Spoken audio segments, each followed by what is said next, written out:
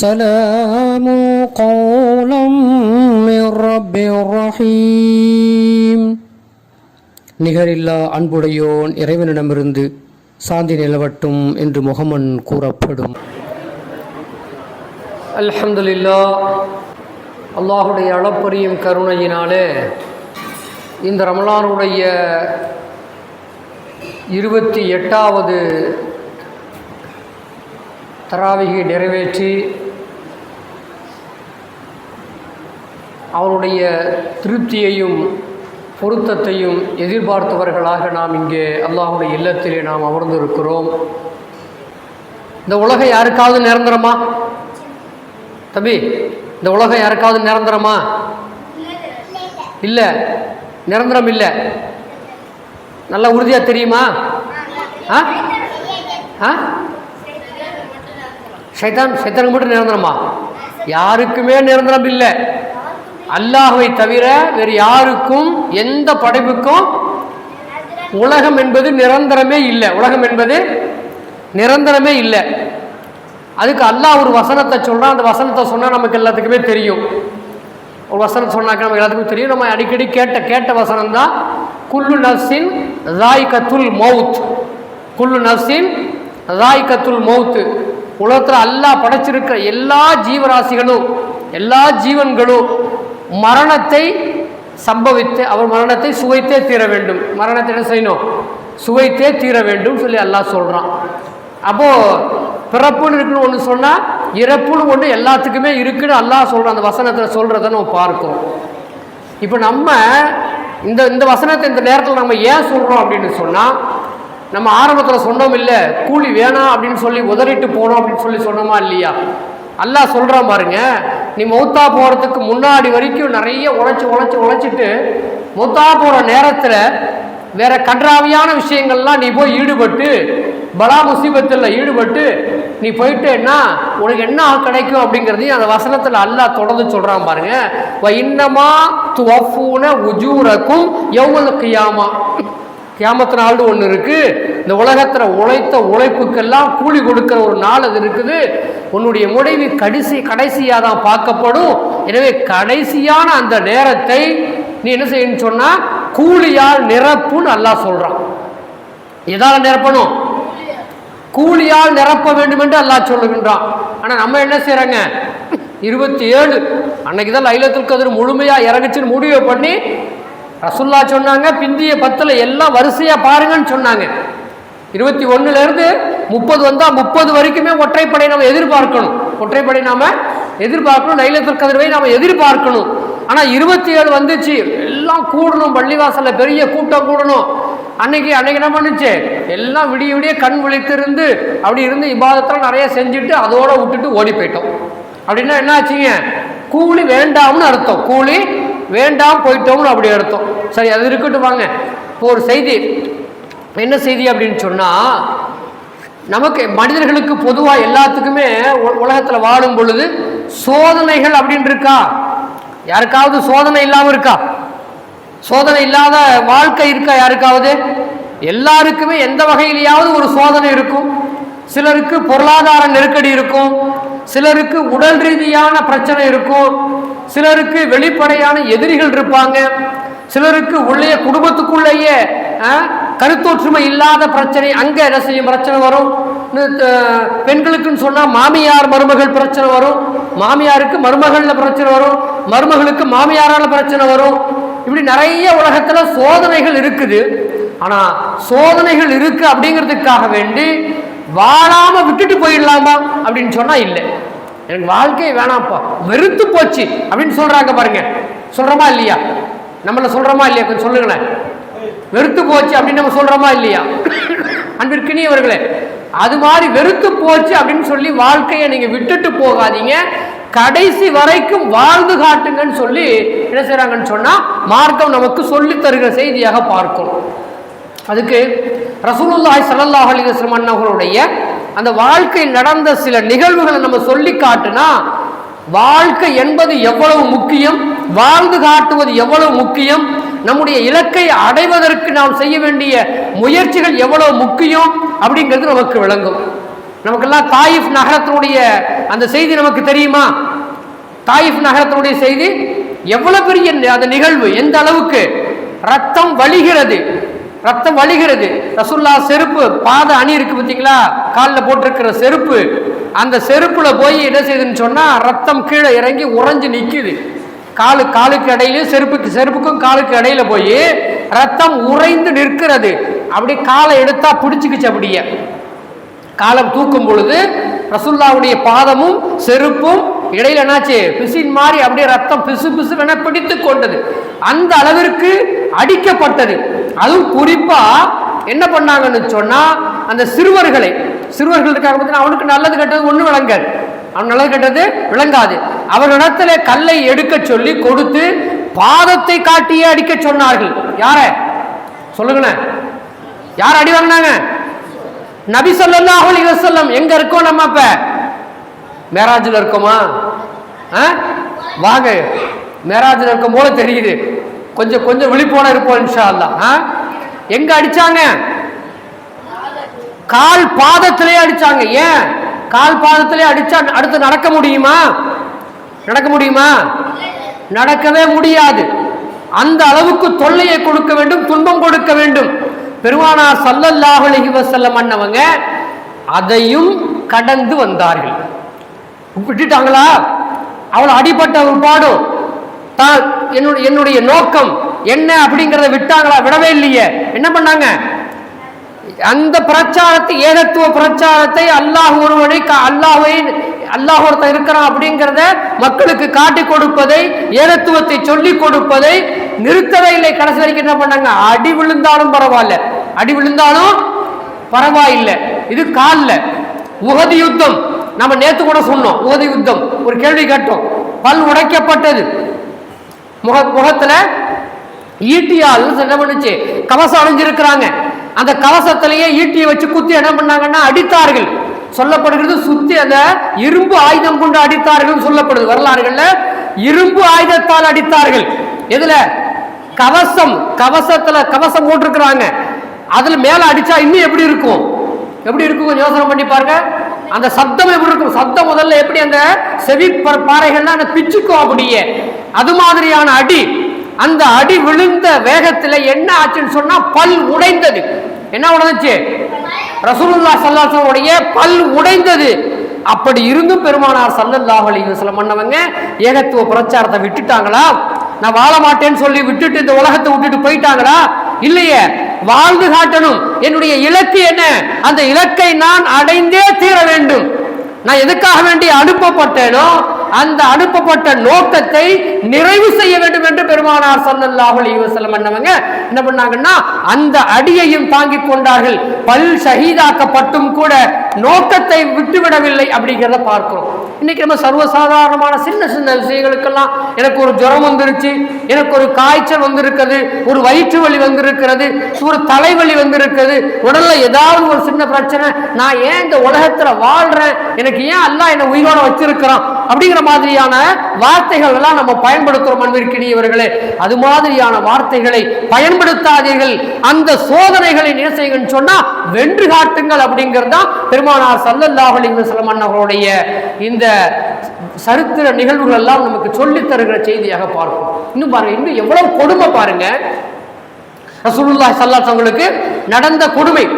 3 வருடங்கள் ஊர் விளக்கு செஞ்சு வச்சாங்களா? ஞாபகம் நமக்குலாம் அந்த வரலாறு நினைவு இருக்கிறதா? பள்ளத்தாக்கு, என்ன பள்ளத்தாக்கு சொல்லுங்களேன்? அபூ தாலிப் பள்ளத்தாக்கு. டக்குன்னு பதில் வருது பார்த்தீங்களா? அபூ தாலிப் பள்ளத்தாக்கு என்ன பண்ணாங்க? எத்தனை வருடம்? 3 வருடங்கள் ஊர் விளக்கு. ஊர் விளக்குன்னா என்னன்னு தெரியுமா நமக்கு? அந்த ஊர்ல கடையில சாமான் கூட வாங்க முடியாது. ஊர் விளக்குன்னு சொன்னா கடையில போய் சாமான் வாங்க முடியாது, தண்ணி பிடிக்க முடியாது, பசி பட்னி கிடந்தா கூட சோறு போட மாட்டான், ஒரு பய பேச மாட்டான், ஒரு பய ஊர்ல பேச மாட்டான். பேசுறான்னு சொன்னா அவனுக்கு ஃபைனை போட்டுருவோம், பேசுறவனுக்கு ஃபைனு, அவனுக்கு தண்டனை. இதுதான் ஊர் விளக்கு. கிராமங்கள்லாம் பல கிராமங்கள்ல அது மாதிரியான நிகழ்வுகள் ஒவ்வொரு நாள் நடந்துகிட்டே இருந்திருக்கு. இப்போ கூட சில கிராமங்கள்ல இருக்கு அப்படின்னு பார்க்கிறோம். இந்த நிகழ்வு பெருமானார் ஸல்லல்லாஹு அலைஹி வஸல்லம் அன்னவங்களுக்கு ஒரு நாள் அல்ல, 2 நாள் அல்ல, எத்தனை ஆண்டுகள்? 3 ஆண்டுகள் பள்ளத்தாக்குல இருந்தாங்க. எந்த அளவுக்குன்னு சொன்னா, இப்போ பசி, உணவு தேவைப்படுது, ஆனா ஒண்ணும் கிடைக்கல, கடையிலையும் போய் என்ன செய்ய முடியல, எதையும் வாங்க முடியல, யாரும் பேசக்கூடாதுங்கிற அளவுக்கு நிர்பந்தமான நிலையில அங்க காய்ந்து கிடக்கிற இலைகளை தண்ணி என்ன பண்ணாங்க, தண்ணியில ஊற வச்சு குடிச்சாங்க. எவ்வளவு கொடுமை! அந்த கொடுமைக்கு பிறகும் தன்னுடைய இலக்கை, தன்னுடைய நோக்கத்தை, தான் அனுப்பப்பட்டதை விட்டுட்டு போயிட்டாங்களா? வாழாம இருந்தாங்களா? சொல்லாம விட்டுட்டு போயிட்டாங்களா? ஆக அன்பிற்கினியவர்களே, உலகத்திலே சோதனை என்பது ஏற்படத்தான் செய்யும். சோதனை என்பது உலகத்திலே சோதனை இருந்தாதான் அது வாழ்க்கை. சோதனை இருந்தாதான் அதுதான் வாழ்க்கை, அதுதான் வாழ்ந்து காட்ட வேண்டிய வாழ்க்கை. அதுதான் பெருமானார் ஸல்லல்லாஹு அலைஹி வஸல்லம் அன்னவங்க, உங்களுக்கு ஒரு இலக்கு வேண்டும், அதிலே உங்களுக்கு சோதனைகள், தடைகள் வரும், அதை நீங்கள் தகர்த்தெறிய வேண்டும். தகர்த்தெறிந்து கொண்டே நீங்கள் முன்னேறி கொண்டே இருக்க வேண்டும் என்பதுதான் பெருமானார் ஸல்லல்லாஹு அலைஹி வஸல்லம் அன்னவருடைய இது போன்ற இந்த நிகழ்வுகள் எல்லாம் நமக்கு சொல்லித் தருகிற நிகழ்வாக பார்க்கிறோம் அன்பிற்கினியவர்களே. இன்னும் பாருங்க, மனதளவிலே ரசூலுல்லாஹி ஸல்லல்லாஹு அலைஹி வஸல்லம் நம்ம சொன்னோம், உடல் அளவிலே சில நிகழ்வுகளை சொன்னோம். காலில் அடிச்சாங்க, பாதத்தில் அடிச்சாங்க, பல்ல உடைச்சாங்க, ரத்தத்தை ஓட்டுனாங்க, அது மாதிரி பார்த்தோம். பசியும் பட்டினியுமா போட்டாங்க. இப்ப பாருங்க, மனதளவில் சொன்னா ஒரு தாக்குதலை ஏற்படுத்துறாங்க. மனதளவில் ஒரு தாக்குதல், பல தாக்குதல். அதுல குறிப்பா ஒரு தாக்குதல் என்னன்னு சொன்னா, அவனுடைய மனைவி, இளம் வயது மனைவி, யாருன்னு சொல்லுங்களேன். ஆயிஷா ரலியல்லாஹு தஆலா அன்ஹா, கதீஜா ரலியல்லாஹு தஆலா அன்ஹா அவங்க உள்ளதிலே ரசூலுல்லாஹ்வுடைய வயசு அதிகமானவங்க. ரசூலுல்லாஹ்வுக்கு வயசு 25, கதீஜா ரலியல்லாஹு தஆலா அன்ஹா வயசு என்ன அப்ப சொல்லுங்களேன், 40. திருமணம் செய்யும் போது வயசு என்ன, 40. ஆனா இளம் வயதிலேயே மனைவியாக வந்தவங்க அன்னை ஆயிஷா ரலியல்லாஹு தஆலா அன்ஹா. இவங்களை பற்றிய ஒரு வதந்தி, ஒரு செய்தி, ஒரு போருக்கு போயிட்டு வருகிற பொழுது இரவு நேரம், இரவு இருட்டிடுச்சு. அப்படியே என்ன செய்றாங்கன்னு சொன்னா, தன்னுடைய சுய தேவைக்காக வேண்டி ஒதுங்குகிறார்கள். அங்க போயிருந்த படைகள் எல்லாம் அவங்களை விட்டுட்டு அப்படியே என்ன செஞ்சாங்கன்னு சொன்னா, அந்த இடத்தை விட்டு நகர்ந்து போயிட்டாங்க. திரும்ப வந்து பார்க்கறாங்க, அங்க இருந்த இடத்துல படை இல்லை, ரசூலுல்லாவும் இல்லை, யாருமே சஹாபாக்கள் யாருமே இல்லை. எப்போ ரசூலுல்லாவுடைய ஒரு போர்ல ஒரு செய்தி ரசூலுல்லா செய்வாங்க, என்னன்னு சொன்னா, படைகள் தங்கின இடத்துல என்ன செய்வாங்கன்னு சொன்னா, பின்னால் 2 பேர் 3 பேர் என்ன செய்வாங்கன்னு சொன்னா ஏற்பாடு பண்ணிருப்பாங்க. அவங்க என்ன செய்வாங்கன்னு சொன்னா, பின்தங்கி இருந்து பின்னாடி வருவாங்க. அப்படி வந்து தங்கின இடத்துல எதையாவது விட்டுட்டு போயிருக்கிறாங்களா, யாராவது மயக்கமுற்று இருக்கிறாங்களா, ஏதாவது நடந்திருக்காங்க என்ன செய்வாங்கன்னு சொன்னா, அவங்க ஆராய்ந்து பார்த்து அதற்கான ஒத்தாசை உதவிகளை செய்வாங்க. அப்படி ஒரு போருக்கு பின்னாலான ஒரு செய்தியை பெருமானார் ஸல்லல்லாஹு அலைஹி வஸல்லம் அன்னவங்க செய்து வைத்திருந்தாங்க. அந்த அடிப்படையில் சொன்னா, ஒரு தோழர் அங்க வந்தாங்க. இந்த இடத்துல பார்த்தா அன்னை ஆயிஷா ரலியல்லாஹு தஆலா அன்ஹா அவங்க இருக்கிறாங்க. அவங்களுக்கு அவங்களுடைய இருட்டு நேரமா இருந்தாலும் கூட அவங்களுக்கு ஏற்கனவே அந்த பார்த்த அந்த அறிமுகம் இருக்கிறது. ஆனால் ரசூலுல்லாஹ்வுடைய மனைவின்னு சொல்லி தங்களுடைய ஒட்டகத்துல ஏற்றி வச்சு கொண்டு வந்து அந்த படையோட சேர்த்து விட்டாங்க. ஆனா இட்டு கட்டப்பட்டது. என்ன பேசப்பட்டுச்சு, அந்த தோழருக்கும் அன்னை ஆயிஷா ரலியல்லாஹு தஆலா அன்ஹா அவங்களுக்கும் என்ன ஏற்பட்டுச்சு, ஏதோ தவறான தொடர்பு ஏற்பட்டு போச்சு, அதனாலதான் பின்தங்கிட்டாங்க அப்படின்னு சொல்லி ஒரு இட்டு கட்டுதல் ஏற்பட்டுச்சு. எவ்வளவு பெரிய நபிக்கு எவ்வளவு பெரிய ஒரு தாக்குதல், உளவியல் ரீதியான தாக்குதல். ஒரு நீண்ட நாட்கள், ஏறத்தாழ சொல்லப்படுகிறது 40 நாட்கள் என்று சொல்லப்படுகிறது. அன்பிற்கினியவர்களே, அத்துணை நாட்களும் என்ன செஞ்சாங்கன்னு சொன்னா, பெருமானார் ஸல்லல்லாஹு அலைஹி வஸல்லம் அன்னவங்க அமைதியாக இருந்தார்கள். அல்லாஹ் வஹியை இறக்குனா, அவங்களை பரிசுத்தப்படுத்தினா அப்படிங்கிறத நாம குர்ஆன்ல பார்க்கிற செய்தி. இப்பொழுதும் விட்டு விட்டார்களா? நபி ஸல்லல்லாஹு அலைஹி வஸல்லம் அன்னவங்க இவ்வளவு உளவியல் ரீதியான, பொதுவாவே ஒரு மனிதனை அவன் செயல்படாம இருக்கணும்னு சொன்னா, மற்ற தாக்குதல்களை விட உடல் ரீதியான தாக்குதலை விட உளவியல் ரீதியான தாக்குதல் செஞ்சா அவன் சோர்ந்து போயிடுவான். உளவியல் ரீதியான தாக்குதல் ஏற்பட்டுச்சுன்னு சொன்னா அவன் சோர்ந்துருவான். அவனுக்கு எதிராக அவன் செயல்பட மாட்டான் அப்படின்னு சொல்லி என்ன செய்வாங்கன்னு சொன்னா உளவியல் ரீதியான தாக்குதலை ஏற்படுத்துவார்கள் அப்படிங்கிறத பார்க்கிறோம். அன்பிற்கினியவர்களே, அந்த தாக்குதலிலும் பெருமானார் ஸல்லல்லாஹு அலைஹி வஸல்லம் அன்னவங்க தன்னுடைய இலக்கை நோக்கி பயணிக்காமல் விட்டு ஒதுங்கி ஓடி போயிடல. என்னுடைய மனைவியா சொல்லிட்டீங்க நீங்க இப்படி அப்படின்னு சொல்லி என்ன செய்யல, ஆத்திரப்படவில்லை, விட்டுட்டு ஒதுங்கி ஓடி போயிடல. என்ன பண்ணாங்க, நின்று என்ன செஞ்சாங்கன்னு சொன்னா பணி செஞ்சார்கள், இலக்கை எட்டினார்கள் அப்படிங்கிறத நாம பார்க்கிறோம். அன்பிற்கினியவர்களே, ஆக பெருமானார் ஸல்லல்லாஹு அலைஹி வஸல்லம் அவர்கள் வாழ்க்கையில் நடந்த இந்த நிகழ்வுகள் எல்லாம் நம்முடைய வாழ்க்கையில் இலக்கை நோக்கி எதிர்கொண்டு பயணித்துக் கொண்டே இருக்க வேண்டும் என்பதற்கான உத்வேகம் தரக்கூடிய ஒரு வரலாற்று நிகழ்வுகளாக இருக்கிறது அப்படிங்கறத நம்முடைய உள்ளத்திலே பதிய வைக்க வேண்டும். அன்பிற்கினியவர்களே, அதே போல பாருங்க, பெருமானார் ஸல்லல்லாஹு அலைஹி வஸல்லம் அன்னவங்க அவங்களிடத்துல இருந்து திட்டமிட்டு ஒரு 70 தோழர்களை ஒரு 70 தோழர்கள் என்ன பண்ணாங்கன்னு சொன்னா, எங்க பகுதிக்கு நீங்க அவங்களை அனுப்பி வைங்க, எங்களுக்கு இஸ்லாத்தை சொல்லி கொடுக்கட்டும், எங்களுக்கு சொல்லி கொடுத்து நாங்கள் எல்லாம் இஸ்லாத்தை முழுமையாக தெரிந்து கொள்கிறோம், கல்வியை கற்றுக் கொடுக்கட்டும் சொல்லி 70 தோழர்களை என்ன செய்யறாங்கன்னா தந்திரமாக அழைத்து சென்று போகிற வழியிலேயே கொலை செய்தார்கள்.